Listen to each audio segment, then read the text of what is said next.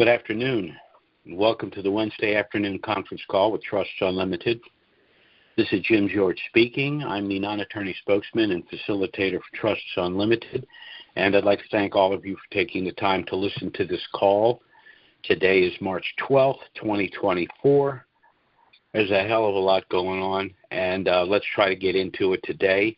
I had calls coming from all over the place about all manner of subjects with regard to what's going on in Iraq, what's going on in the United States, and there's so much information that I've kind of had a hard time distilling it to, something that's palatable, that it's not going to take too long to discuss. I don't like to do an extremely long call. Some people have that ability. I myself don't. So I want to go ahead and get into this. One thing I do want to mention, a couple of weeks ago, I said that the way things were moving, I wasn't predicting it, but that I wouldn't be shocked if we saw a new rate within 30 days. Well, I don't know if we're going to see a rate in the next 2 weeks, but things are moving so quickly, and I'm recalling what happened with the Kuwaiti dinar. Those of you that have been kind enough to listen long enough know I was involved with the Kuwaiti dinar, and about 2 weeks before the Kuwaiti dinar reinstituted, the CBI said not to expect a change in the rate for as long as up to a year, and then 2 weeks later, the thing popped. And it's not because these individuals didn't know what they were talking about. In my opinion, the reason there's this kind of a cloak and dagger thing going on is because they don't want to speculate. They don't want to give the speculators a date and rate. It's no more complicated than that. So we find ourselves in a situation where would any of us really be shocked if this thing, after all this time, were to pop in the next couple of weeks? I know I wouldn't be. I'd be relieved, but I wouldn't be shocked. But anyway, let's talk a little bit about where we are now. We have to remember that we are now in the holiday, the Islamic celebration of Ramadan. And one of the reasons people say that the rate can't change during Ramadan is because this is a solemn time of prayer and fasting. However, that does not mean that a rate change is not possible. It's not as likely, but it is possible. Now, Ramadan ends on March 29th, and after that there's a 3-day feast referred to as Eid al-Fitr. Of course, this is feasting and celebration after the 30 days of Ramadan. And the date is kind of important for us. Ramadan ends, let's say, keep it simple, March 30th. I think it's the 29th or the 30th. And the feast would be a 3-day period, Eid al-Fitr, till April 1st. If the rate changes in April, we're truly golden, and I'll explain that in a minute. But there's the possibility that there could be a change in the rate the last couple of days of March. And that's something we have to be aware of. If you will go to Section 988E2 of the Internal Revenue Code, it basically says if the profit that you would realize from the exchange of a currency should exceed $200, you must pay the tax. Now, the way we read this is that the taxable event is not the point of exchange.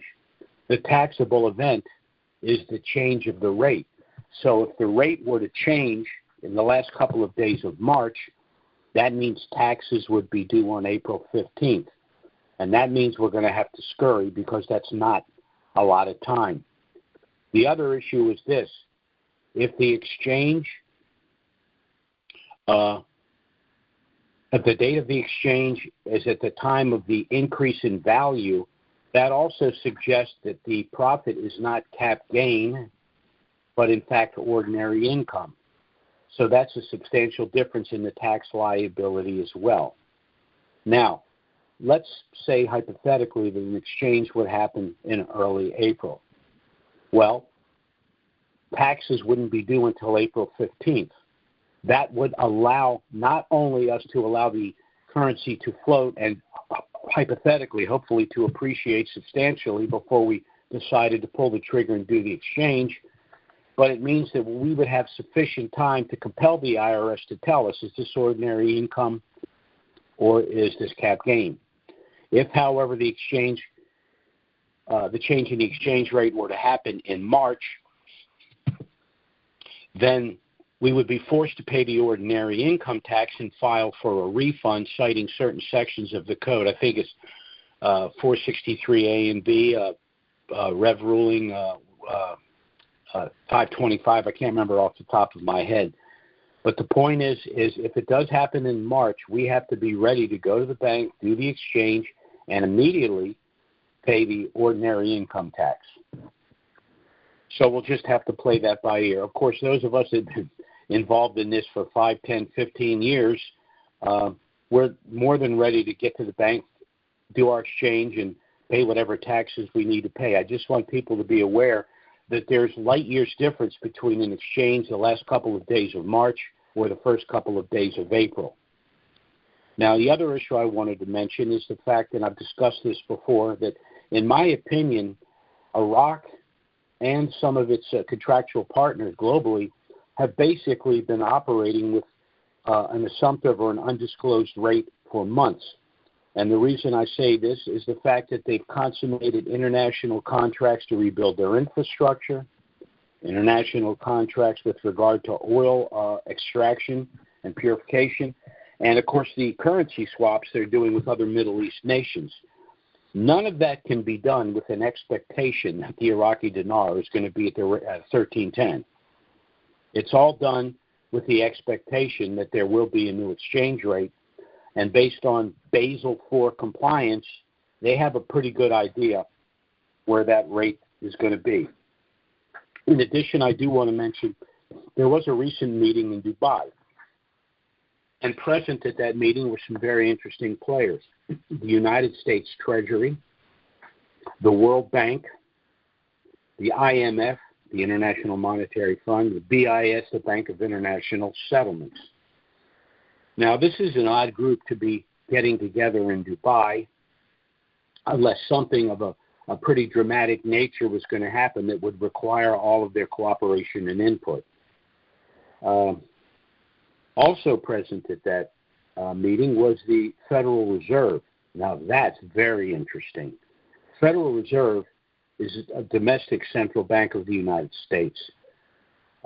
And so their presence at a global meeting not only begs the question, why would any individual central bank be there, but what it suggests to me is that the United States has a lot of leverage with regard to the internal affairs of Iraq. Also present at that meeting were Ernst & Young, K2 Integrity, and the Wyman Group.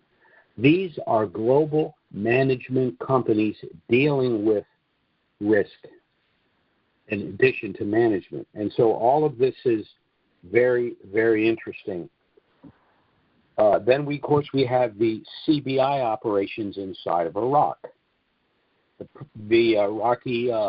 The nation-state of Iraq now holds 162 tons of gold. Well, you don't need that much gold to support a currency at 1310. Then there was also the establishment through AI, the Global Data Center, to manage and the buy and sell for currencies, and their cross-border digital payment system. None of that makes any sense at all if the Iraqi dinar remains at 1310. Now, they could have established these firms and done this work years ago. Why didn't they? Again, because at a program rate, it makes no superfluous. It makes no sense at all. So the fact that they're doing all of this now can only suggest to a thinking person that something is about to change, and they're laying the groundwork for that. The last thing I want to mention And I could have gotten into a whole lot of other detail and stuff, but I don't have the time for that. We don't need all of that. So we can just kick the tires here and see what's going on. The other thing I want to mention are the players involved. For me, the key players here are the United States and certainly Iraq. In Iraq, we have Soudani, Prime Minister, and we have Alak, that is the governor of the CBI. In the United States, we have President Donald Trump, and we have Secretary of the Treasury, Scott Bessent. These are four very, very serious people whose verbal remarks and actions all point to the fact that the Iraqi dinar ain't going to be at 13.10 much longer. So there's not much more to say about all of that. I'm being brief today because we're being inundated with trust requests. I'm dealing with people all over the place, trying to figure out, how to handle this if it happens in late March. We're at a place we knew we would be when we got right to the edge here. We've got a lot of decisions to make. It's going to be stressful. The average individual that has currency is going to the bank, and he's walking into the bank being Joe Lunchbox, and he's walking out of the bank a millionaire. And it's going to happen to a lot of people, and it's going to happen over a very short period of time.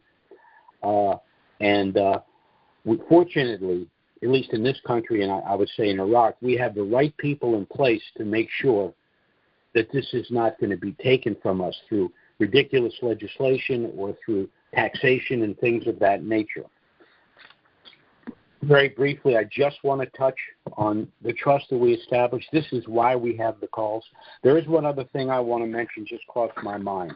As you know, when Donald Trump took office, he has started putting the Federal Reserve on a diet. Little bites at first, no tax on tips, no tax on overtime, no tax on Social Security. Now, the no tax on Social Security is actually a biggie. And when Social Security was established, it was tax-free. But a senator offered a bill to tax Social Security, and unfortunately that bill passed. The senator that offered the legislation to tax Social Security was Joe Biden. So we're not going to miss him at all. This guy's been a bad penny for 45 years. We're glad he's gone. I think, however, what Donald Trump is trying to do is and he refers to a golden age, a new golden age, referring to the original golden age, which I've discussed, a period roughly between 1880 and 1910. Now, that's a very interesting period of time because that was between the time we ended the second central bank and before the time in 1913 we established the Federal Reserve. And what he's angling for, in my opinion, is the elimination of the income tax and revenues to the government. And the other thing I'll mention before I get into the revenues is he's trying to reduce substantially the federal budget and what we're spending. Now, of course, the left is absolutely apoplectic over that. They're just a petulant child that's lost their allowance, and they just can't deal with it. The stuff they're doing is beyond childish. It's infantile, and they've been reduced to screaming, yelling, threats, and profanity, which usually you're losing an argument when you've been reduced to that status. But I think what we're going to be looking at, if Trump's able to accomplish what he wants to accomplish, is the elimination of the income tax, and revenues to the federal government will come from tariffs, government bonds, and perhaps a federal consumption tax. And the good thing about a federal consumption tax is it's a tax on purchases of items, and so a wealthy individual will tend to purchase more than a middle class or even a poor individual. So the tax is going to be representative of an individual's lifestyle and their ability to pay. So I think that's where he's going. That's why he's hit the ground running with Doge. He doesn't have 4 years to get this done. He basically has 2 years to get this done because we have our midterms, and that's a tough period of time. You want to try to get a lot of this stuff done. So he's moving as quickly as I think a human being can move to change things. But I'll say this as well. This transition even makes the establishment of a family asset protection trust package even more relevant, whether you have currencies or not, because we're moving back to a private sector economy, not an economy that's driven, unfortunately, by government largesse and incredible spending. And so we can enrich ourselves, and as we enrich ourselves, what's the second thing we want to do? We want to protect that wealth for ourselves, for our children, our grandchildren, etc. So when you establish our family asset protection trust, though I'm talking about it from the perspective of a denarian or someone that has some of these other currencies, and incidentally, if once the dinar goes, I think the dong is not going to be in a program rate much longer either. And a lot of our clients, as a matter of fact, some of our clients have more dong than they do dinar. I don't know that they'll get the leverage with the dong, but the dong is a very attractive currency as well. But I want to talk about the trust very simply from the perspective of someone that has the currencies. So you have currencies. You decide that, and you believe that they're going to revalue. You believe that you're going to be at least a very well-off person, at best an extremely wealthy person. So you obviously want to take advantage of the entities that wealthy individuals establish to protect themselves and their posterity. And what are the benefits of the trust? Well, first, by establishing the trust, you protected your privacy and your anonymity. The assets within the trust are sealed. Unless you've actually defrauded someone, there's no way to actually pierce the trust to see what's in it. Second benefit is you're avoiding personal IRS scrutiny. The business activities occur within the trust. You are merely the beneficiary of the benefits of those activities. The IRS is rather loath to go after sophisticated trusts with the knowledge that you probably have sophisticated legal counsel. The IRS likes to go after the low-hanging fruit, and frankly, the days of the IRS may well be numbered anyway. Third benefit of the trust is the pre-RV gifting. Individuals give currencies to family and friends pre-RV in order to avoid the federal gifting tax. However, we've heard from a lot of individuals that while they'd like to give currencies to people, for any number of reasons, they're hesitant to gift the currencies to individuals for any number of reasons. Well, within our trust package, there's a gift sub-trust. So you can gift the currencies to family and friends pre-RV. You can avoid the federal gift tax, but you will have complete control of the post-RV proceeds through the gift sub-trust. Fourth benefit of the trust is going to allow you to avoid the cost, delay, and disclosure of probate, meaning that no one will know the size of your estate, who your heirs are, and how much they each stood to inherit. The trust will also allow you to avoid something called the federal estate tax. This is the tax for the transfer of the assets to your heirs. But because the assets remain in trust, there was no transfer, therefore there's no federal estate tax. The federal estate tax can be as much as 55% of the entire estate in excess of $12 million. That's a really confiscatory tax. And when you think about it, it's a tax on everything you accrued in your entire life after you paid income taxes, sales taxes, property taxes, etc. And lastly, there are certain asset protection benefits that you can only enjoy through the establishment of a trust. Pre-RV, there's something called the Uniform Fraudulent Transfer Act. You're able to avoid that by establishing the trust. So as an example, you purchase $10 million dinar for $10,000. Transfer the currencies to our trust. They subsequently revalue for $10 million. Now, can you be sued for $10 million? No. Why? Because the currencies were only worth $10,000 when you transferred them out of title to the trust. So that caps any potential loss to $10,000. Once a prospective plaintiff learns that, there's going to be no lawsuit. Post-RV, there's a benefit I like to refer to as limited liability stop loss. This protects you from future bad acts after you've acquired this wealth. Very simply, this is why we have a package of trust. After the revaluation, your homes, cars, and boats will each go into a separate sub-trust. So if any one of those assets should ever get involved in litigation, it's only that one asset. Because all of your other assets are in separate trusts, which under the law are separate legal entities or persons having nothing what to do with the litigation in question. So your package of trusts work as an example the way a commercial barge would work, where all of the valuable cargo is stored in a series of small compartments. Why? In the event that any compartment is ever breached, it's only the cargo in that compartment that might be lost, because the cargo in the other compartments is safe and secure due to the firewalls, and the barge will never sink. That's basically how the trust works. But the most important thing for today is that you prepare yourself for a revaluation late in March, because if this thing pops late in March, which is a possibility, you're going to have to move quickly to do everything that needs to be done. Now, one of the things that individuals that have our trust get is of the supplemental documents is something called the exchange protocol if you have a trust. And it walks through everything that you say and you don't say when you're doing your exchange, all of the documents that you take and you don't take with you to the bank. But the trajectory right now says this thing's going to happen, and God willing, it's going to happen soon. Now, to be fair and to be honest about it, for those of us that have been involved in this a long time, it's always been 2 steps forward and 1 step back.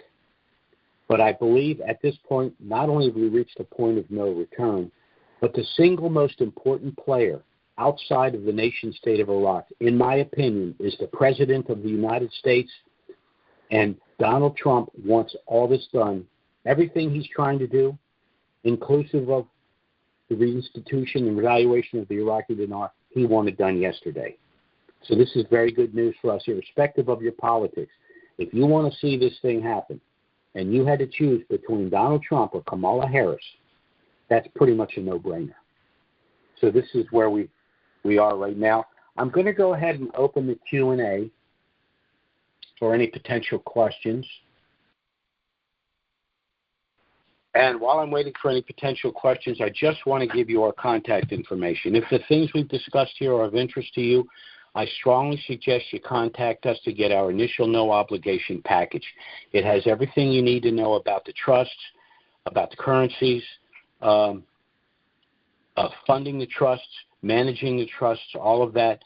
You can review the package. Contact us if you have any questions. We'll be glad to help you. The package does contain everything you need if you wish to proceed with the establishment of your trust, but again, you're under no obligation to do so. You can contact us either by email or phone, and we'll be happy to get the trust package out to you. Our email address is trusts with an S, unlimited LLC at gmail.com. That's trusts with an S, unlimited LLC at gmail.com. And our phone service, which is 307-274-4122. That's 307-274-4122. Contact us by email or phone. We'll get the trust package out to you. Contact us if you have any questions. Again, if you decide to proceed, everything you need is included in the package. So let's go to Q&A here. Our first caller is area code 347. That's 347. Go ahead. Yeah, this is Praveen from New York. I have a question. Is it true that Donald Trump, I think, signed off on releasing funds from Reno to, I guess, to pay for certain bonds or something like that? Yes, I heard that. I have not been able to confirm that. I'm going to try to, but I would not be surprised if that was in fact the case. But unfortunately, we're going to be hearing a lot of rumors at this time because we're at an inflection point right here. But I did hear that, and I am going to try to confirm it. Okay, another thing, so the Reno thing, if Reno is activated, that probably means either the dinar is probably going to revalue or it will revalue soon then, if you hear that news, I guess? Well, I mean, there's no reason for anything to continue unless either the currency has revalued or, as some say, that some of the groups have like the first shot.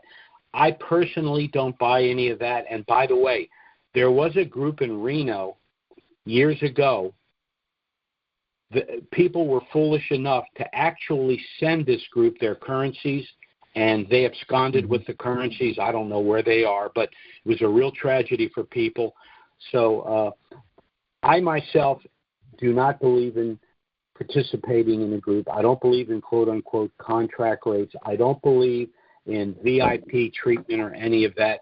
If you have currencies, the banks want them, and your ability to negotiate is going to be the bottom line for that. But again, because you told me that, I'm going to make a few calls and see what I can find out, but I've heard nothing about it myself. Okay, thank you. Certainly. Okay, our next caller is area code 832. That's 832. Go ahead. Yes, good afternoon, Jim. This is Ray out of Houston. I just have one question. Where do you project the Vietnamese dong rate may come out at? Well, the things I've heard were north of $2, and I certainly hope that's the case. The Vietnamese dongs, it's kind of an outlier because it's been under the umbrella of China in sort of a quasi-closed system for decades.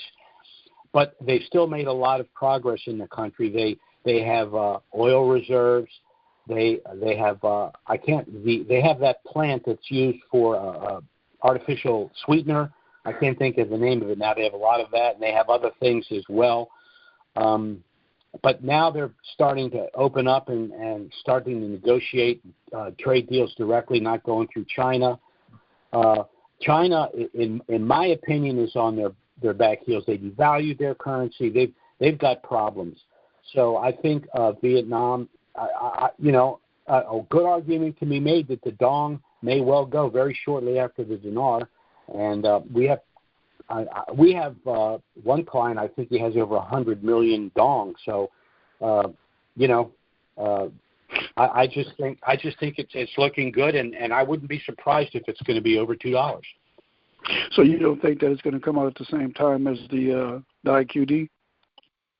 It could, but this is just my opinion. I think the IQD is the first domino, and then other dominoes are going to fall. But in my opinion, the next one will be the dong.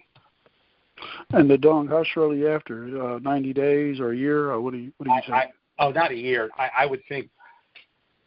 Excuse me. If I had to hazard a guess, I'd say even under 90 days, to be honest with you.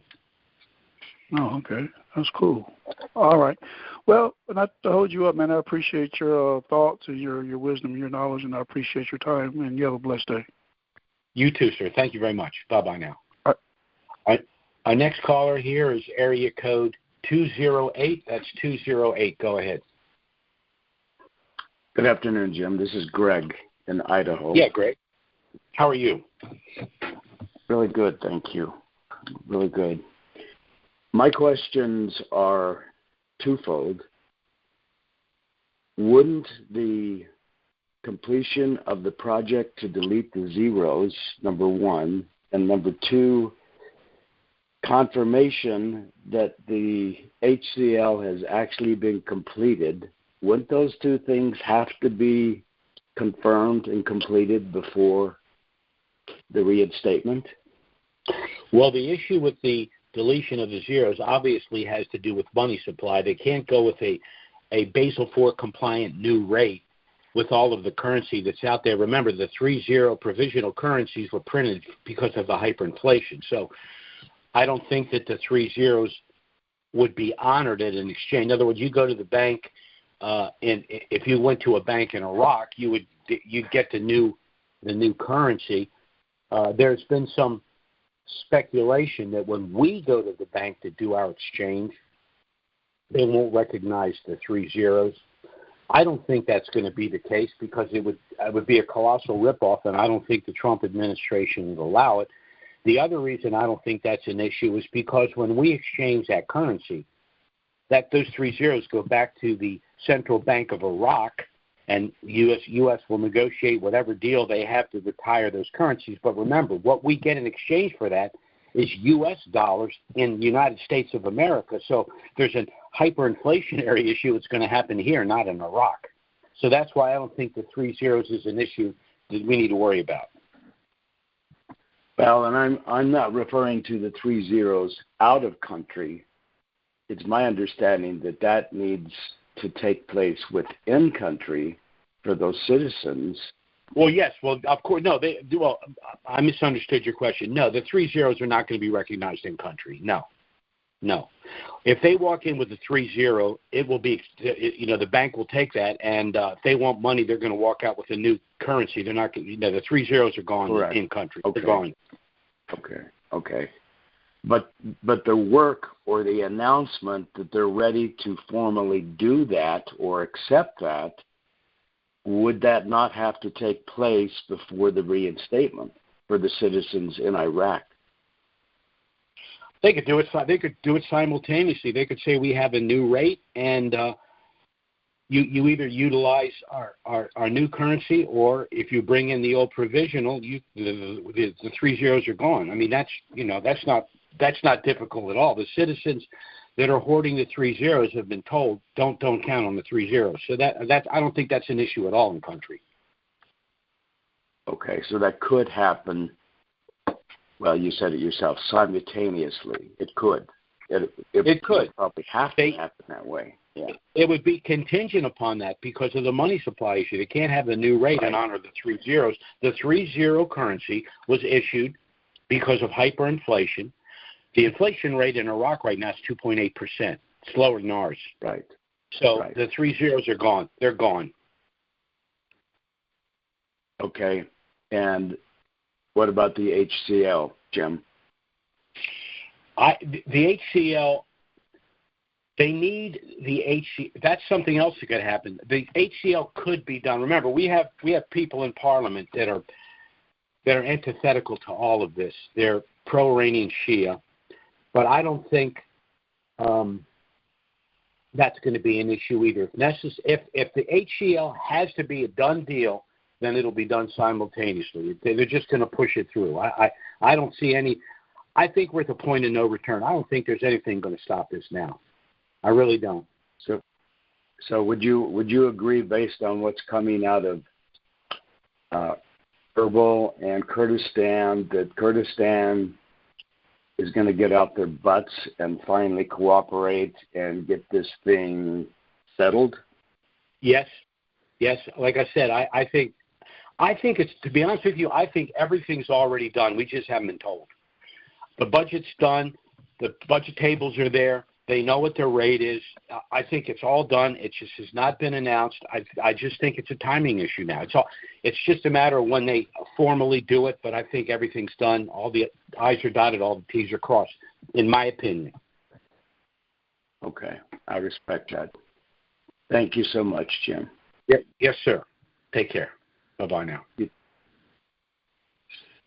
Our next caller is area code 785. Excuse me. Let's see. 785. Yeah. That's 85. Yes. Go ahead. Can you hear me? Now I can. Yeah. Yes. All right. I was calling about a lot of chatter on some of the guru sites about the central bank over there in Iraq is going digital. Can you comment on any of that?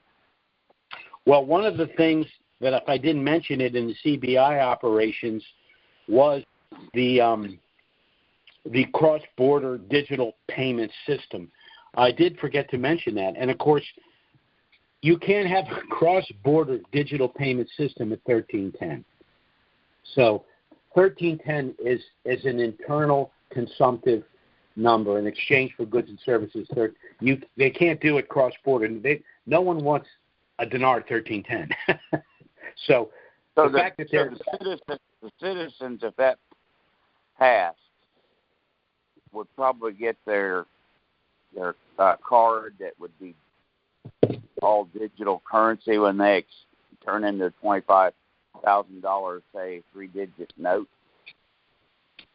and exchange for that card be all digital. Well, it should be all digital. I don't know if it'll be all digital immediately.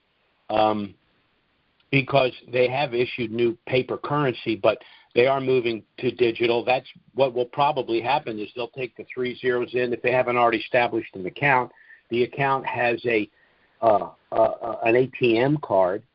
Of course, and with it, they may be operating in country at 1310, but once the rate changes, then of course everything will be adjusted accordingly, and they'll be operating at whatever the new rate is. Do you think that needs to be done before the rate change? Obviously, it would, wouldn't it? Well, yes, I think so. I think I'm trying to think. Well, I mean, it's sort of like saying, do we operate in the United States with the United States dollar, even though not everyone has a bank account or not everyone has an ATM card? So it's not as though every citizen would have to have an ATM card in order for the rate to change. It's just that once they do operate completely digitally and they have the cross-border system, it will be with the new rate on the card. Well, that will not affect us. We would have to be digital in this country in order to exchange. No, it won't affect us. We're going to the bank with paper, hard currency, and we're exchanging it for the U.S. dollar, which will go into our bank account, subject to how much the bank will allow us to take out until the money is completely 100% available to us. But, the United States is talking about going digital as well. I don't think it's going to happen anytime soon because I don't think Trump wants to transfer to entirely digital yet. I think he keeps talking about level playing fields with global currencies, and I think there's going to have to be a little bit of a shakeup and a period here of readjusting all of that before the United States even entertains an entirely digital currency. I don't like the digital currency myself because we've lost control, which is the point. As a matter of fact, I discussed the fact that states are beginning to establish a state currency. So if you don't want to use the federal digital, we can set up accounts in those states and use their currency rather than the federal digital currency. Myself personally, I think the digital currency is a grotesque violation of the Fourth Amendment because with a digital currency, they know all of our purchases and what we're doing. So I just don't know how that's going to work. And the administration doesn't talk a lot about the digital currency. So that's kind of a gray area. I just want to go to the bank and do my exchange, and I'll figure all that out because we'll have the time, won't we? Yeah. I don't care if it's the end of the March or 1st April. Let's just get it done. But that leads me to this other point. Now, Kuwait did it during Ramadan, correct? Right. That's correct. I forgot that. That's correct. It could happen either way. On the 30th, which is after Ramadan, or it could happen prior to that. I think it happened like on the 24th, from what I can read in history. You're right. I should have mentioned that. I completely forgot about that. However, I have a feeling that Donald Trump won't let that happen because he knows that a lot of Americans will get hurt.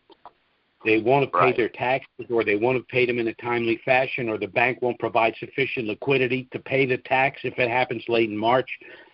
So if it happens late in March, he's going to have a period of time beyond the IRS regs, or he just may wait until April. I just feel like he's on top of all of this. He knows all of this, and I don't think we're going to get hurt with him in the White House. I really don't. I agree with you, and I think he needs a little bump here because of the way the stock market's going. The Democrats are going nuts. If they'll let things ride out, we're going to be all right. The stock market does not like uncertainty. However, the uncertainty now is not because things are looking really bad. The uncertainty now is because they just don't know exactly what's going to happen and how. And Trump keeps going out there saying, just be a little patient. We have a transition period that we have to get through. But I think the markets are going to be absolutely roaring. I got to laugh. The Democrats are out there whining. It's like you did nothing for 4 years, and you give this guy, 4 weeks. It's just it's children. That's all they got, right? That's all they got, right? Well, they have nothing. They're children in a play box, in a sandbox, fighting over the bucket. I mean, they're embarrassing themselves. Any mature, rational thinking person should be embarrassed by their behavior. But the market did okay with Biden because, like you said, it didn't like uncertainty, and they had certainty there because he, like I said on Fox, he was asleep all the time. So, well, now they're saying that they're saying he didn't sign any executive orders. It was a stamp, and if that's in fact the case, they're all null and void. So, we'll see. But we'll see. Thank you. Certainly. Take care now. Okay, our next caller is area code 415. That's 415. Go ahead. Great day to you, Jim. This is Al from the original left coast. How's your day thus far? So doing pretty good. Al, how you doing? Terrific, marvelous, wonderful, excellent, fantastic, great, and kind of sort of having fun. Just a few things. One, apparently there are quite a few states in the United States that are trying to push through the House and the Senate for the Go Back. And Trump keep mentioning go back. So there's quite a few things out which indicate we're going to a go back. And as you said, going through a transition from fiat to a go back, that there may be difficulties such as like Venezuela, Rhodesia, in terms of all the dollars coming back to the United States. So that transition into gold back, or like you said, the 1800s, which is significant to the gold back. I think we're up to 25, 28 states now that they're going through to say, hey, we want to do the gold back. And because each state can come up with its own gold back currency, as you stated. When we go through, I prefer to go through states like Texas, Utah, all those states that are pushing for the gold back. My question is, with Zimbabwe or Rhodesia, that can't necessarily go through a bank because it's not a currency, it's a bond. So I'm fighting over issues in terms of, hey, do I have anything to do with that redemption center? I personally don't want to.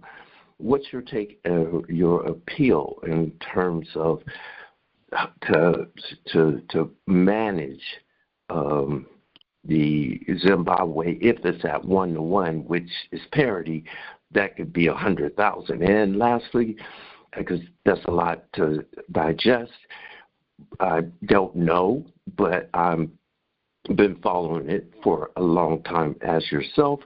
The first one was supposed to be a basket of currencies, which, as you say, Iraq is the linchpin.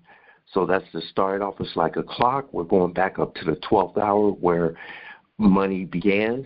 So it's going back to Iraq to kick off the digital. Digital is different than that other crap, crypto. I don't believe in crypto. Well, I'm going to disagree with you on crypto because remember, they're backed. The crypto's backed. Backed by what? I have a relative that's made over $10 million in crypto. So he calls me and gives me a hard time about the dinar, but I hope that in the very near future I'm going to be able to call him back and say, hey, bro.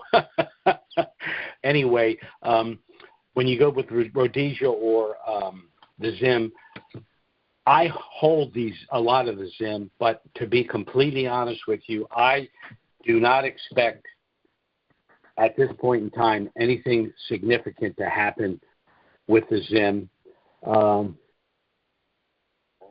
I don't know about Rhodesian, so I really don't know about that. But I do have a lot. Rhodesia is Zimbabwe. Rhodesia. Yeah.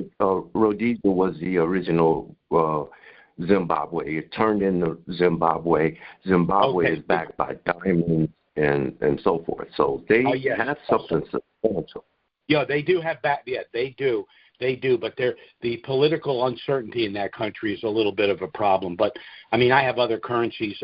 If the Zim goes, I mean, the leverage for the Zim would be incredible if it went. But as for myself, at my age and the amount of dinar that I have and some of the other currencies, I don't need that. I'm trying to get to the other things you were mentioning. The digital thing concerns me because there's a control issue with the digital. I don't like it when the control switch, is in the hands of a bureaucrat. I don't like that. I understand why people argue hard currency is primitive, but it's still it's control. But if it goes digital, we go digital. But remember, what we're exchanging, whether we're digital or not, is a hard currency. Whether it's dinar or dong or zim, it's a hard currency. So we're in possession of it. So they can't take it from it. The only thing they can do is say, well, you know what, it's worthless and it's always going to be worthless. So, that's pretty much where we are. But with regard to the digital currency here, again, if there are states that have their own currency, whether it's digital or not, or whether it's gold-backed or not, I would have a substantial amount. And remember, I purchase other assets. I don't have everything in currencies. I have liquidity needs. But let's say hypothetically that 10% of my net worth is liquid. Well, a substantial amount of that's not going to be in a Federal Reserve Bank if it's digital. I'm going to be involved in one of the state banks, Right. that I don't have to worry so much about it. And but we're not there yet. Where we are right now is we want to go to the bank and exchange our dinar, and it's a different trajectory for our lives. Many of us have had currencies for many years. I'm an older guy. I mean, I really admire some guy that's half my age that has just the currencies that I have because he's got all those years that he can enjoy and build and do all kinds of things. I'm going to be doing some charitable things too. One thing I wanted to mention, I've mentioned it on calls, when you get a little older and you begin to think about your life and what you'd like to do, people as they get older, their kids are gone and they can think about charities. One of the things I think we will be establishing for people is called a charitable remainder trust. So people have currencies, they exchange their currencies, and let's say hypothetically an individual has $10 million after its exchange and after taxes. So he comes to us and said, I'd really like to leave $1 million to maybe these 2 or 3 charities. Okay, we'll set up something called a charitable remainder trust. When you pass away, that $1 million will go to those various charities. However, during your lifetime, all the income generated by that charitable gift, that post-mortem charitable gift, is tax-free to you. So there's all kinds of things we can do after we've left the bank and after we have this wealth, and that's one of the things we can do. Yeah, hey, put me on that list too. Okay. And lastly, the Iraqi dinar, from what I gather, and I've been following it pretty close, is one of the highest outside of Zim. And it's only a rumor, so don't say I said it, but I heard it. Is Vietnam is probably going to be 8-1. And the other currencies up to 16 that I know of is going to be between 4 and 7-1. Well, that's just a rumor. Yeah.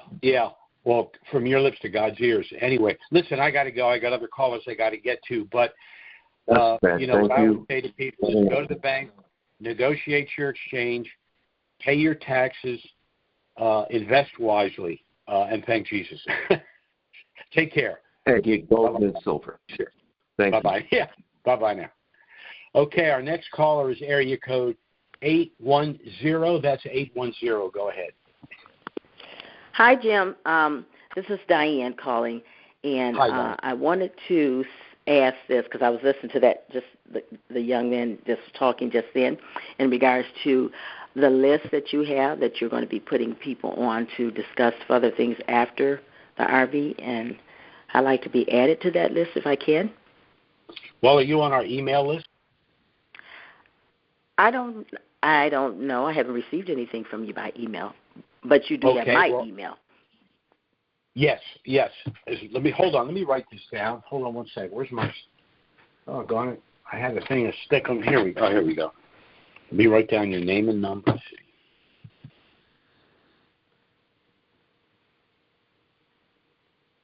Give me one sec here. Let me write down your number.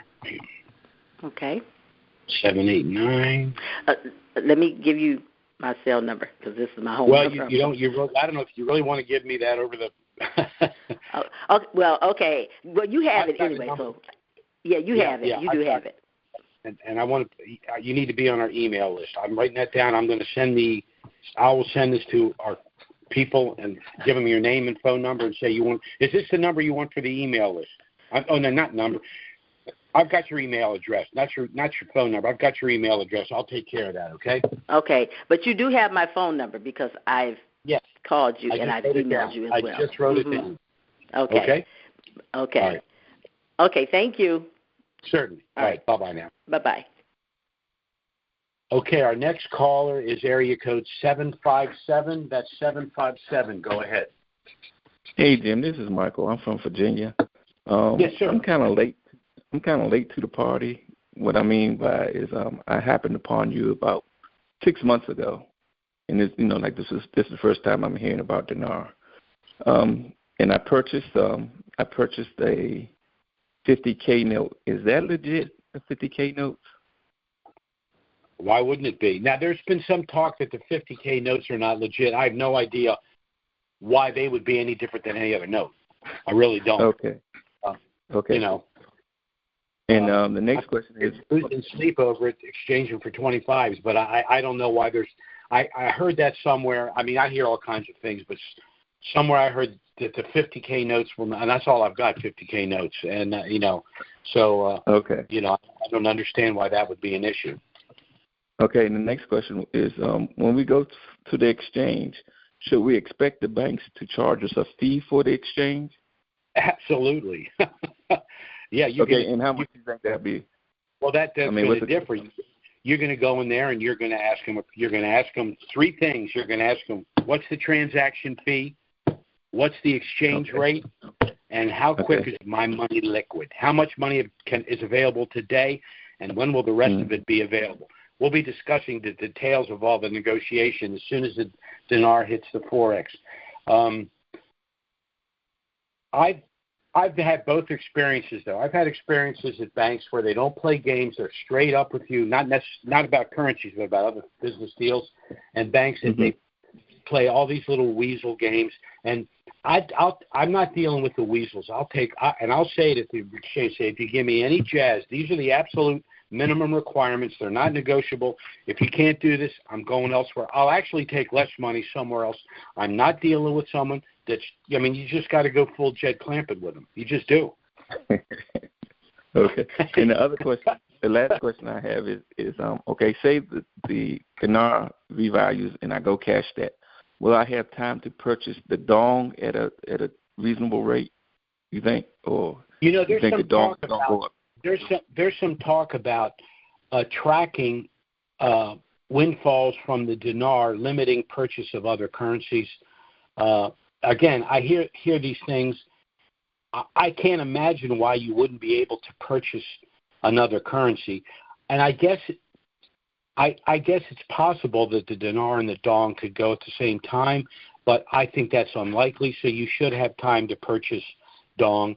And obviously, if I go to the bank and exchange the dinar that I have, one of the things going to be rattling through my head is what else do I want to purchase? Not only some of these other, maybe some of these cryptos too, Okay.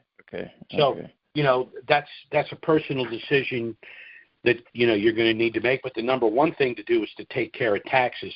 And if this thing hits in late March, we're really going to have to move quickly. And we're going to have to, dot our I's and cross our T's, because the IRS is the IRS.